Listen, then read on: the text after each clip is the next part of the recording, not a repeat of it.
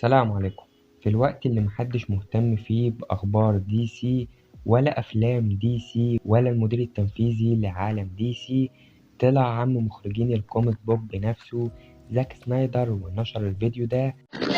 April 28th, 29th, and 30th. Save the date. Oh my god! Okay, it's happening! Everybody stay calm! وبعدها بمفيش طلعت تصريحات من بين أفليك بيتكلم فيها عن مستقبله في دور باتمان، سواء كمخرج أو كممثل. فيا ترى إيه اللي بيحصل بالظبط؟ كل ده وأكتر هنتكلم عليه مع بعض. بس طبعا قبل ما نبدأ الحلقة اتأكد إنك مشترك في القناة وفعل جرس التنبيهات عشان يوصلك كل جديدنا. طبعا متنساش اللايك الجميل عشان ده فعلا بيساعد. معاكم محمد وليد، ويلا بينا نشوف مع بعض عودة الشغف لدي سي.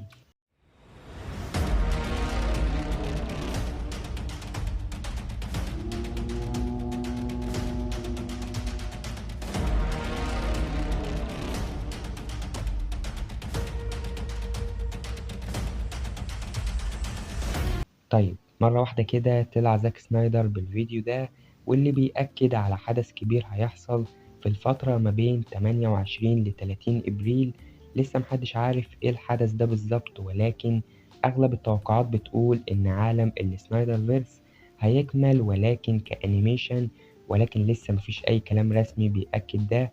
ممكن عادي العالم ده يكمل على نتفليكس زي ما الفانز كانوا عايزينه، أو يكمل بأي شكل، المهم إن هو يكمل أصلا. يعني احنا عايزين نشوف تكملة عالم السنايدر فيرس بأي شكل دلوقتي. فيعني عامة أنا أكيد متحمس مع زاك سنايدر، فأيا كان اللي هيعمله حاسس إن الواحد رجعله الشغف من تاني بالنسبة لدي سي. فياريت اللي احنا نسمع أخبار حلوة. أنا عارف إن الكل متحمس إنه يشوف الجاستس ليج 2 و 3، ونشوف دارك سايد لايف أكشن أكتر من الأنيميشن، ونشوف سوبرمان هنري كيفل وباتمان بين أفليك مرة تانية. كل ده أكيد نتمنى إن احنا نشوفه مرة تانية، ولكن خلينا ما نتعلقش قوي لأن ممكن في لحظة كل ده يروح مرة تانية. فيعني نتمنى إن احنا نسمع أخبار حلوة الفترة اللي جاية. وطبعا بمناسبة باتمان، بين أفليك طلع أخيرا واتكلم عن تجربته كباتمان الفترة اللي فاتت مع موقع ذا هوليوود ريبورت، الموقع اللي طلعنا منه بأخبار كتيرة الفترة اللي فاتت. وأول حاجة اتكلم عليها كان دوره في فيلم فلاش، وإن هو مبسوط من التجربة دي في الخمس دقايق اللي ظهر فيهم من الفيلم. ولكن لحظة واحدة، يعني بعد كل ده بس بين أفليك هيظهر في 5 دقايق؟ 5 دقايق بس. يعني الواحد حاسس إن نسبة ترقبه للفيلم نقصت بنسبة 50%. أنا كنت مستني الفيلم ده مخصوص عشان بين أفليك، فيعني 5 دقايق مش 20 دقيقة حتى، مش عارف. بس خلينا نكمل بقية التصريحات.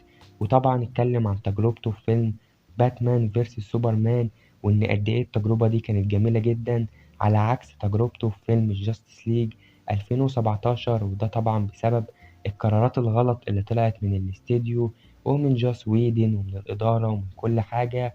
ولكن طبعا بعد ما طلع زاك سنايدر مسح كل ده بأستيكة بفكرته العبقرية في إن هو يعرض النسخة الكاملة من الفيلم اللي 4 ساعات. ولما عرض على بين أفلك إن هما يصوروا مشاهد إضافية، بين أفلك ما ترددش لحظة وصوروا المشاهد دي فعلا.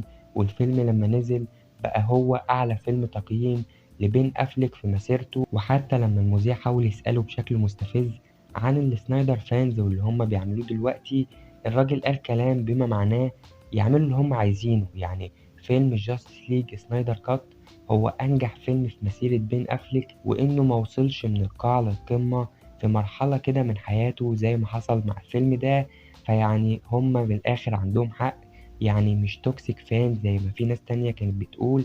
وطبعا أكد في الآخر إنه مش مكمل كمخرج لأي عمل في عالم دي سي الجديد، وده لأنه مش عاجبه الطريقة اللي جيمس جان شغال بيها دلوقتي. والله ولا احنا، يعني حرفيا بين أفلك قال كل اللي الواحد كان عايز يقوله. يا أخي تحس إن هو في الحياة الواقعية بروس وين اللي بيتكلم. الواحد فعلا يعني مبسوط إن هو بيسمع الكلام ده أخيرا من بين أفلك. وأتمنى أن أسمع تصريحات من هنري كيفل الفترة اللي فاتت، لأن هو أكتر واحد اتظلم فيهم. بس يعني واضح من التصريحات دي ومن الأخبار اللي بنسمعها إن فعلا جيمس جان طلع منافق بشكل مش طبيعي. الراجل طلع كذاب جدا، حتى كل الكلام اللي قاله عن بين أفليك إنه مهتم يخرج أي فيلم في العالم الجديد كله طلع كذب. وحتى لما اتكلم عن زاك سنايدر وإنه مش مهتم بعالم دي سي، فعلا زاك سنايدر بيثبت عكس ده بتصريحاته، بالفيديوهات، بالصور اللي عمال ينشرها كل يوم. فيعني واضح إن مفيش أي مصداقية في عالم جيمس جان.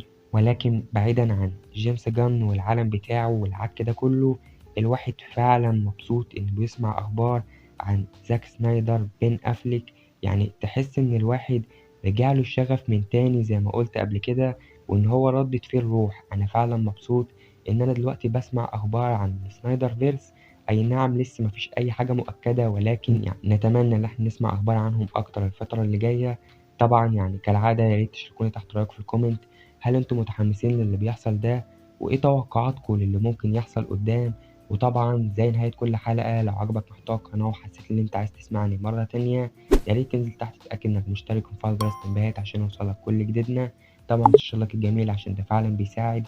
كالعادة كان معاكم محمد وليد، أشوفكم على خير الله في الحلقات اللي جاية. سلام.